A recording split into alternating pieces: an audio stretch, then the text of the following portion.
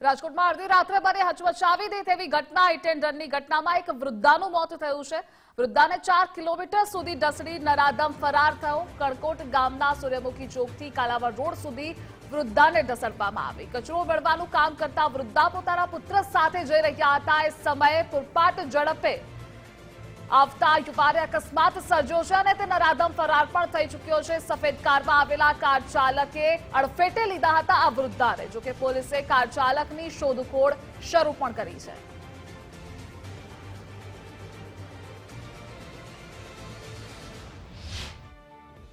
આ રોડ ઉપરની કોઈ તકેદારી છે નહીં, સ્ટ્રીટ લાઇટ નથી, પ્લસ સ્પીડ બ્રેકર નથી, પ્લસ તમારે રોડ એકેય વ્યવસ્થિત નથી અને આની જવાબદારી સરકારને લેવી જોઈએ અને સરકારે આમાં હાથ દેવો જોઈએ થોડોક, પ્લસ કે સરકારે થોડુંક ધ્યાન દેવું જોઈએ। આમાં કોઈ જાતનું આવતું જ નથી, કોઈ જાતનું કંઈક જોવામાં આવતું જ નથી કે બસ કે શું છે શું નહીં, એમને તો ચાલમ ચાલી ચાલે છે।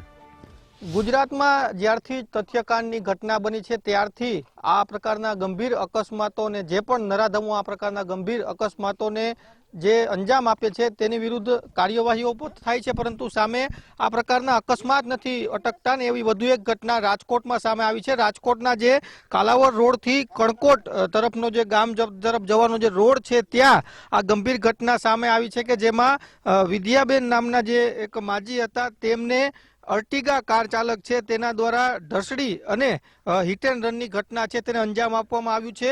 એટલી ગંભીર બાબત છે કે 4 કિલોમીટર સુધી આ બેન છે તેને ઢસડવામાં આવ્યા અને ત્યારબાદ જે કાર ચાલક છે તે ફરાર થઈ ચૂક્યો છે। અત્યારે સ્થાનિક લોકો પણ અહીંયા એકઠા થયા છે કેમ કે ખૂબ જ ગંભીર અકસ્માત છે। જે લોકો પ્રત્યક્ષદર્શી હતા એમની સાથે પણ આપણે વાત કરવાનો પ્રયત્ન કરીશું। શું ઘટના શું બની હતી, તમે શું જોયું? ઘટનામાં એવું થયું તો ગાડી અહીંથી નીકળી, આ માજી અહીંયા બેઠા હતા, એમને ઉડાડ્યા અને ગાડીમાં હલવાઈ ગયા હતા એ માજી અને ઢસડતા એ છે કણકોટ પાટિયા લગી લઈ ગયા।